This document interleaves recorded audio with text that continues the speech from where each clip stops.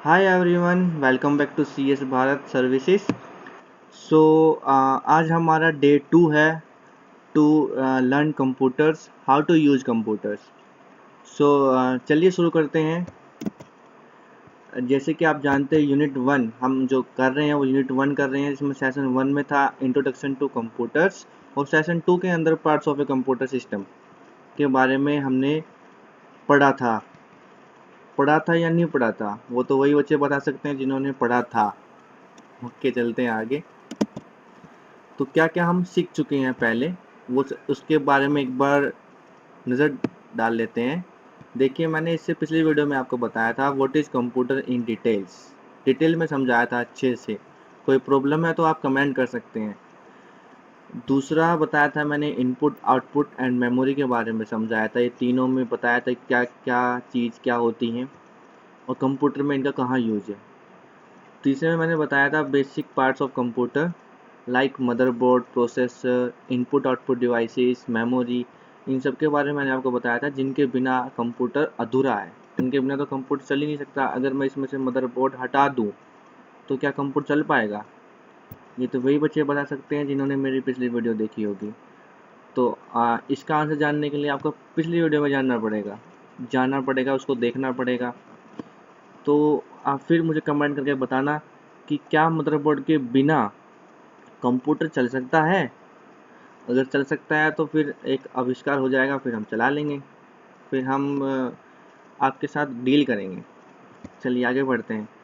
आज हम देखने वाले हैं कंप्यूटर का block diagram, working of computer, how to work computer. जो मैंने इससे पहले वाली वीडियो जहाँ पे एंड की थी उससे आगे मैं आज कंटिन्यू करने वाला हूँ। और आज हम देखेंगे डिटेल में अच्छे से कंप्यूटर का ब्लॉक डायग्राम, कंप्यूटर कैसे काम करता है। चलिए आगे बढ़ते हैं। ब्लॉक डायग्राम ऑफ कंप्यूटर आप देख सकते हैं, या इसको बोल सकते हैं कंपोनेंट्स ऑफ कंप्यूटर।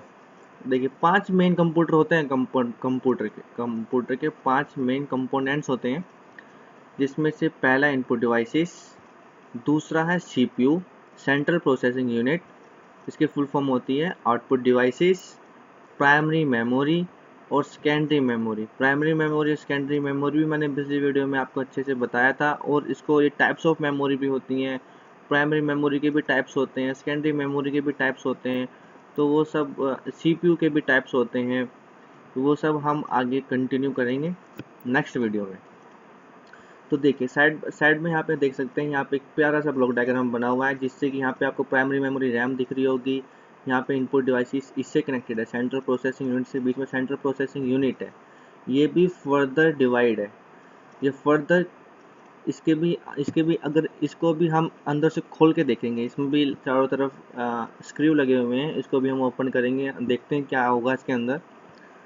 और यहाँ पे आउटपुट डिवाइसेस आप देख सकते हैं राइट हैंड साइड में। नीचे सेकेंडरी मेमोरी से और स्टोरेज यानी हार्ड डिस्क से नीचे कनेक्टेड है, ऊपर प्राइमरी मेमोरी से कनेक्टेड है। से कौन कनेक्टेड है? Central processing unit. और ये आ भी रहा है और जा भी रहा है, यहाँ भी आ रहा है और जा रहा है। इनपुट डिवाइसेस से आ रहा है लेकिन जा नहीं रहा। आउटपुट डिवाइसेस के पास जा रहा है लेकिन आ नहीं रहा। ये एरो के निशान यहाँ पे ये फ्लो दिखा रहा है आपको कि किस फ्लो में मूवमेंट हो रही है, इंफॉर्मेशन की या डेटा की आप बोल सकते हैं। तो इसके बारे में एक एक डिटेल में पढ़ते हैं कि क्या ये ब्लॉक डायग्राम एक्चुअली हो क्या रहा है। यहाँ पे आपको कुछ समझ नहीं आ रहा होगा। इनपुट से सेंट्रल प्रोसेसिंग यूनिट में गया, फिर इधर गया या इधर गया, ये समझ नहीं आ रहा। फिर आउटपुट डिवाइस में गया, कहाँ से कहाँ जा रहा है, ये कैसे वर्क कर रहा है, ये आपको समझ में नहीं आ रहा होगा। चलिए आगे बढ़ते हैं। सबसे पहले हम बात करते हैं इनपुटिंग की। जो इनपुट डिवाइसेस था, मैंने इनपुट डिवाइसेस के बारे में पिछले वीडियो में बता चुका हूँ, लेकिन फिर भी बता देता हूँ। इन यहाँ पे फर्स्ट 2 वर्ड्स ले लीजिए, इन और आउट। इन का मतलब आप कंप्यूटर को कुछ इन्फॉर्मेशन दे रहे हैं, और आउट का मतलब वही कंप्यूटर उसी इनपुट को प्रोसेस करने के बाद आपको रिजल्ट प्रोवाइड करता है, यानी आपको ही आउटपुट देता है। उसको बोलते हैं आउटपुट। आपके अब आउट यानी बाहर जाना, यानी कंप्यूटर प्रोसेस करने के बाद बाहर जाता है। तो वो यहाँ पे सब कुछ प्रोसेसिंग होने के बाद आपको क्या मिलेगा? रिजल्ट मिलेगा।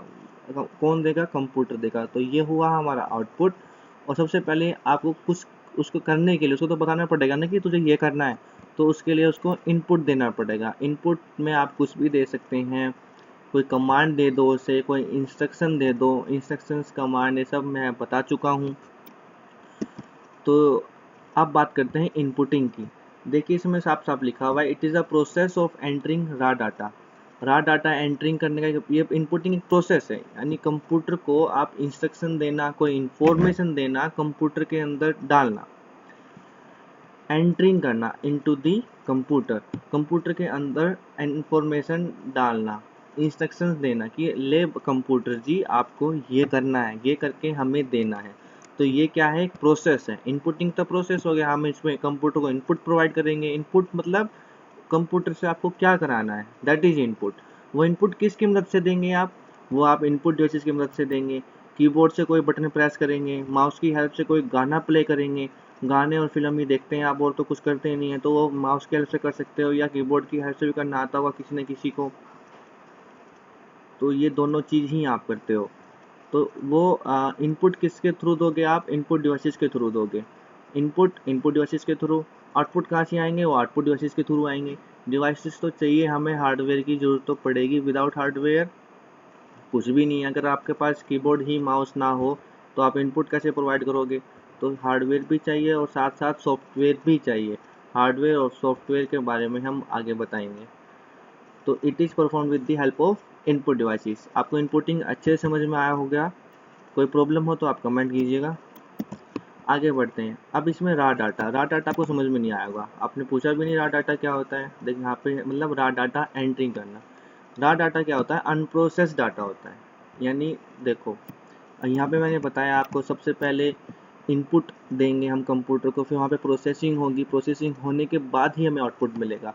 तो वो डाटा जो अब तक प्रोसेस नहीं हुआ, यानी अभी तक यहीं पे ही है, यहाँ पे नहीं पहुँचा, सेकंड स्टेज में नहीं गया, तो उस डाटा को हम बोलेंगे रा डाटा। आप देखिए, raw data is the term to use to describe data that is collect. आपने वो कलेक्ट किया है, एक्सपेरिमेंट से उठाया है, यानी अभी तक वो आपने से वो आपके पास डेटा है, आपने उसको प्रोसेस नहीं किया, यानी वो डाटा तो मिल गया आपको, लेकिन वो डाटा क्या है उसको अभी तक आपने मतलब उसको वो नहीं किया है, अच्छे से सजाया नहीं है कि डाटा, इस डाटा का मतलब ये है वो है। जैसे आप डिफरेंट डिफरेंट साइट्स पे विजिट करते हो, आप जैसे कि आप उस पर विजिट करते हो, फ्लिपकार्ट की साइट पे आप ज़्यादा विजिट करते हो, वहाँ पे शॉपिंग करने के लिए आप विजिट करते रहते हो। तो आपने देखा होगा जैसे कि आपने कुछ चीज़ परचेज़ की, यानी शूज़ ही परचेज़ की है, कुछ भी चीज़ परचेज़ की, तो नेक्स्ट टाइम जब आप उसको ओपन करोगे सेम साइट को, तो आपको वहाँ पे शूज़ के ज़्यादा एड्स दिखाई देंगे, यानी वो आपको चेक कर रहा है, वो आपको कलेक्ट कर रहा है कि आप क्या क्या चेक करते हो, क्या क्या इन्फॉर्मेशन आप देखते हो हमारी साइट पे आके। तो उसने सब वो आपको इन्फॉर्मेशन उसने कलेक्ट की, वो इन्फॉर्मेशन सारी क्या होगी, वो एक रा डाटा होगा। तो उसी इन्फॉर्मेशन की हेल्प से वो आपका पेज डिजाइन करेगा, यानी वो सब मशीन लर्निंग होती है, मशीन लर्निंग की हेल्प से वो सब होता है। आज आज के टाइम में तो मशीन लर्न कर लेती है कि ऐसे इसने ये पहले विजिट किया था, उसी के अकॉर्डिंग वो पेज डिजाइन हो जाता है, मशीन लर्न कर लेती है। तो उसके बारे में हम आपको आगे डिटेल में बताएंगे, मशीन लर्निंग के बारे में भी अलग से हमारा सीरीज होगी उसके लिए। तो ये सब किसकी मदद से हो गया, तो उस रा डाटा को उसने उसको प्रोसेस किया, देखा कि ये यहाँ पे ये विजिट कर रहा, समझा उसको, फिर उसको उसने इसको इन्फॉर्मेशन में कन्वर्ट कर दिया, तो वो रा डाटा हो गया। तो ये इन्फॉर्मेशन जो उसने कलेक्ट की, वो जब तक रहा रहेगी जब तक उसने प्रोसेस नहीं किया। प्रोसेस करने के बाद वो समझ गया कि हाँ इसको ज़्यादा जूते पसंद है, तो मैं इसको जूते ही दिखाऊंगा। तो वेब डिज़ाइनर के लिए वो इजी हो जाएगा उसको समझना कि उसको कैसे उसका पेज डिज़ाइन करना है। ठीक है, वो पेज डिज़ाइन हम एल्गोरिथम की हेल्प से भी कर सकते हैं। ये सब एल्गोरिथम वगैरह ही हम आपको बाद में बताएंगे। देखिए अब नेक्स्ट है हमारा स्टोरिंग की बात। अब यहाँ पे स्टोरिंग की बात चल रही है। स्टोरिंग मैंने आपको बताया था, एक प्राइमरी मेमोरी होती है, एक सेकेंडरी मेमोरी होती है। प्राइमरी मेमोरी में मैंने रैम के बारे में आपको अच्छे से बताया था पिछले वीडियो में, तो वो आपको देखना जरूरी है ज़्यादा अच्छे से समझने के लिए। तो कंप्यूटर के पास एक प्राइमरी मेमोरी होती है और एक सेकेंडरी स्टोरेज होती है। परमानेंट स्टोर करना हो तो कहाँ पे जाना पड़ेगा, सेकेंडरी स्टोरेज के पास जाना पड़ेगा। अगर टेम्प्रेरी स्टोरेज करना है तो कहाँ पे जाना पड़ेगा, कुछ टाइम के लिए, तो प्राइमरी मेमोरी के लिए पास जाना पड़ेगा। प्राइमरी मेमोरी में आता है हमारी रैम। रैम के अंदर जब तक इलेक्ट्रिसिटी है जब तक ही वो डाटा स्टोर कर सकती है, जैसे ही इलेक्ट्रिसिटी गई वो डाटा, उसका जो भी स्टोर होगा वो सब डाटा डिलीट हो जाएगा, वो आपको नहीं मिलेगा वापस। तो कोई भी डाटा सीपीयू तक प्रोसेस करने के लिए, यानी सीपीयू तक पहुंचाने के लिए, वो डाटा सबसे पहले रैम में आता है। कहाँ पे आता है? रैम में आता है, प्रोसेस होने से पहले। यानी डाटा प्रोसेस होगा। आप देख सकते हैं यहाँ पे आपने कोई कमांड दी, कमांड देने के बाद वो कमांड, वो इंस्ट्रक्शन सबसे पहले उसको जगह चाहिए, वो जगह लेगा आपके पास रैम में, यानी रैम में जगह लेगा, फिर वो सीपीयू तक पहुंचाएगा उसको, सीपीयू तक सेंट्रल प्रोसेसिंग उसको फिर प्रोसेस करेगा कि उसने क्या कहा है, क्या कहा है। अगर उसको सेकेंडरी स्टोरेज की ज़रूरत होगी तो वो यहाँ पे जाएगा, अगर उसे ज़रूरत नहीं होगी तो वो आउटपुट आपको दे देगा। जैसे कि आपने उसे कुछ ऐसा कमांड दिया कि सुन सीपीयू ये गाना चला दे, वो गाना आपके सिस्टम में है नहीं, तो वो क्या देगा, वो वहाँ पे जाएगा ज़रूर चेक करने, सेकेंडरी मेमोरी में सर्च करेगा, वो नहीं मिलेगा, उसे नहीं मिलेगा तो आपको आउटपुट मिल जाएगा कि एरर। आउटपुट कहाँ पे आएगी? आपकी आउटपुट डिवाइसेस पे आएगी। आउटपुट डिवाइसेस आप एरर कहाँ पे दिखेगी आपको? वो तो आउटपुट मिल गया ना। एरर क्या दिया उसने? कंप्यूटर ने आपको, सीपीयू ने आपको दिया एरर। एरर है आपका आउटपुट। आउटपुट कहाँ पे आएगा? आपकी कंप्यूटर स्क्रीन पे। तो कंप्यूटर स्क्रीन यानी मॉनिटर। मॉनिटर क्या हुआ? Output devices. तो मॉनिटर आउटपुट डिवाइसेस के अंदर आता है। तो यही मैंने आपको यहाँ बता रहा था कि प्राइमरी मेमोरी और सेकेंडरी मेमोरी में क्या डिफरेंस है। सेकेंडरी मेमोरी में परमानेंट स्टोर करने के लिए, तो सेकेंडरी मेमोरी में जाएगा, परमानेंट स्टोर करने के लिए प्राइमरी मेमोरी में जाएगा। तो जो भी डाटा है या इंस्ट्रक्शंस है वो सबसे पहले प्राइमरी मेमोरी में स्टोर होंगे, उसके बाद सीपीयू तक पहुँचेंगे, फिर सीपीयू उनको प्रोसेस करेगा, फिर जाके अगर उसको परमानेंट स्टोर करना होगा तो वो अपना सेकेंडरी स्टोरेज में स्टोर कर देगा। जो भी आपने उसको इंस्ट्रक्शन दिया होगा, जो भी आपने इनपुट दिया होगा, उसी के अकॉर्डिंग ही हमारा सीपीयू प्रोसेस करेगा। ये सारा वर्किंग होती है। प्रोसेसिंग, वही अभी प्रोसेसिंग मैंने सीपीयू के बारे में बताया। अब ये क्या करेगा, जो रॉ डाटा आपने दिया है उसको यूजफुल इंफॉर्मेशन में कन्वर्ट करेगा। इस प्रोसेस को कौन परफॉर्म करता है? CPU of the computer. CPU, आप तो बोलोगे पूरा डब्बे को तो सीपीयू बोलते हैं, सीपीयू को तो डब्बे, उस डब्बे को तो सीपीयू बोलते हैं, लेकिन उसके अंदर चिप होती है, वो जो मैंने बताया था आपको पिछली वीडियो में, सेंट्रल प्रोसेसिंग यूनिट, जिसको बोलते हैं प्रोसेसर। इसके भी बहुत सारे टाइप होते हैं, इसको भी हम आगे डिटेल में अच्छे से पढ़ेंगे। तो वो ही कंप्यूटर का ब्रेन होता है, वही सब प्रोसेसिंग उसी की हेल्प से होता है। अगर वो नहीं हो तो प्रोसेसिंग कौन करेगा? सारे आपके जो मैथमेटिकल कैलकुलेशन ऑपरेशन परफॉर्म है, इसको भी हम खोल के देखेंगे अंदर से, सीपीयू को भी अंदर से खोल के देखेंगे कि इसके अंदर क्या क्या होता है। तो वो सब ऑपरेशन कौन परफॉर्म करेगा? कोई परफॉर्म करने वाला नहीं मिलेगा आपको। तो इसलिए इसको बोला जाता है कंप्यूटर का ब्रेन। तो ये ये सारा प्रोसेस कौन परफॉर्म करेगा? हमारा सीपीयू परफॉर्म करेगा। तो ये रॉ डाटा लेगा फ्रॉम द स्टोरेज से, प्रोसेस से, देन उसको स्टैंड्स वापस भेज देगा कहाँ पे? स्टोरेज में। वहाँ पे उसको परमानेंट स्टोर कर देगा। जो भी, मतलब जो भी कुछ होगा, उसको प्रोसेसिंग करने का काम हमारा सीपीयू करता है। इसमें समझने के बाद सिर्फ यही है। रॉ डाटा आप सिस्टम को, प्रोसेस सीपीयू को दोगे, उसको वो कन्वर्ट करेगा यूजफुल इंफॉर्मेशन में, उसको वो अंडरस्टैंड करेगा कि कहना क्या चाहता है हमारा इनपुट, उसी के अकॉर्डिंग ही वो आपको आउटपुट डिस्प्ले करेगा। चलिए आगे, आउटपुटिंग मैंने आपको अच्छे से बता दिया है आउटपुटिंग क्या होती है। तो ये भी एक प्रोसेस होता है, जैसे इनपुटिंग होता है, ये भी एक प्रोसेस है। जो आपका आउटपुट है उसको प्रेजेंट करना through the output devices. Output devices के थ्रू ही तो आपका आउटपुट प्रेजेंट करेगा वो। जैसे कि कोई एरर है या कुछ भी उसको मैसेज देना है सीपीयू को, तो कहाँ पे देगा? वो आपको कंप्यूटर स्क्रीन पर डिस्प्ले होगा। तो कंप्यूटर स्क्रीन आपका क्या हुआ? आउटपुट डिवाइसेस हुआ। आपने कंप्यूटर से कमांड दी कि मुझे ये पेपर निकाल के दे दो, तो कहाँ से निकल के आएगा? वो प्रिंटर की हेल्प से निकल के आएगा। तो प्रिंटर भी आउटपुट डिवाइसेस हुआ। आप सॉन्ग प्ले करते हो तो सॉन्ग तो आपके सीपीयू उसको प्ले कर देता है, यानी प्रोसेस कर देता है उसको, सॉन्ग को। उस सॉन्ग के अंदर भी इंस्ट्रक्शन लिखे होंगे, वो जो सॉन्ग होता है वो भी तो इंस्ट्रक्शन लिखे होंगे ना, तभी तो वो, क्योंकि कंप्यूटर हमारा बाइनरी लैंग्वेज समझता है। अगर वो सॉन्ग को हम बाइनरी लैंग्वेज में कन्वर्ट नहीं करेंगे तो सॉन्ग कंप्यूटर समझेगा क्या कि कहना क्या चाहता है हमसे। तो सब कुछ बाइनरी लैंग्वेज में कन्वर्ट होता है। तो बाइनरी लैंग्वेज भी हम आपको बताएंगे नेक्स्ट वीडियो में अच्छे से। तो स्पीकर, आवाज़ कहाँ से आती है? आपके स्पीकरों में से आती है, जो आप गाना समझते हो कि हाँ ये स्पीकर है, इसमें से सॉन्ग सुनाई दे रहा है। तो स्पीकर भी हमारा क्या हुआ? Output devices.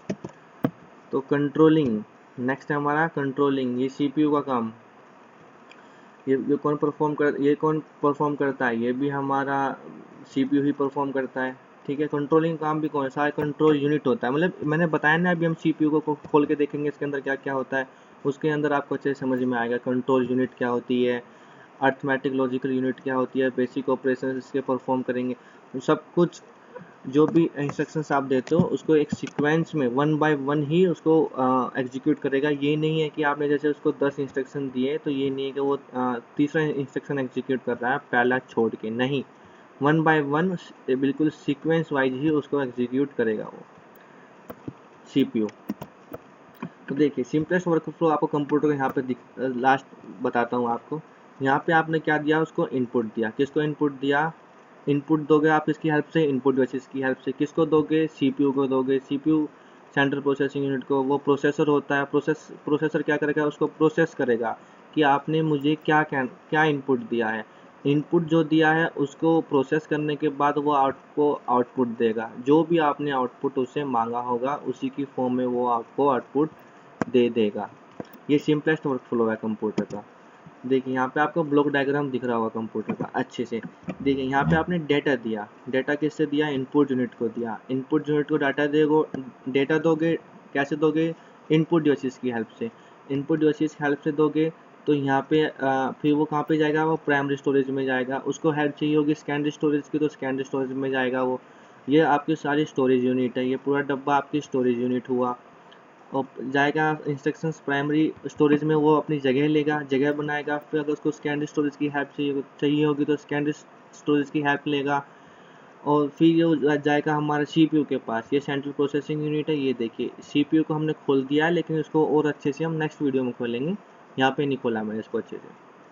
तो देखिए CPU के भी 2-3 ब्लॉक होते हैं। एक अर्थमेटिक एंड लॉजिकल यूनिट होता है, एक कंट्रोल यूनिट होता है। कंट्रोल यूनिट हमारे सारे इंस्ट्रक्शंस को कंट्रोल करेगा, प्रोसेसिंग होगी, तो सारा प्रोसेसिंग हमारा CPU के अंदर होता है। फिर वो आउटपुट यहाँ पे जनरेट कर देता है। आपको एक यूज़फुल इंफॉर्मेशन आपको मिल जाती है कि जो CPU ने प्रोसेस किया है वो क्या प्रोसेस किया है।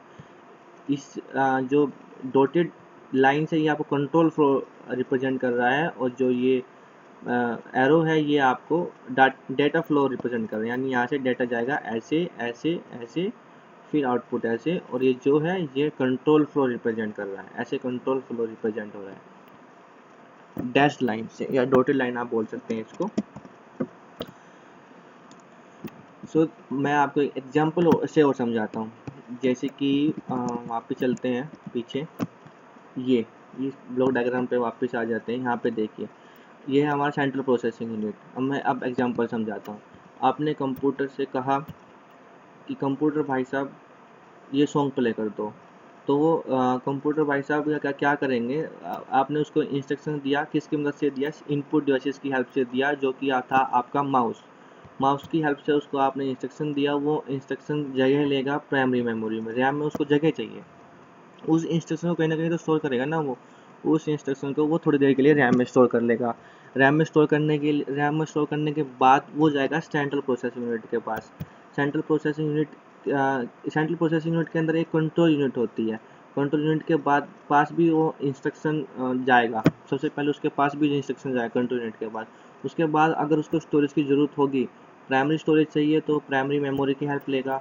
अगर ऐसा कुछ कहा है आपने कि ये सॉन्ग प्ले करो, तो सॉन्ग कहाँ मिलेगा आपको, सेकेंडरी स्टोरेज में जाएगा। तो सेकेंडरी स्टोरेज में जाएगा, ढूंढेगा।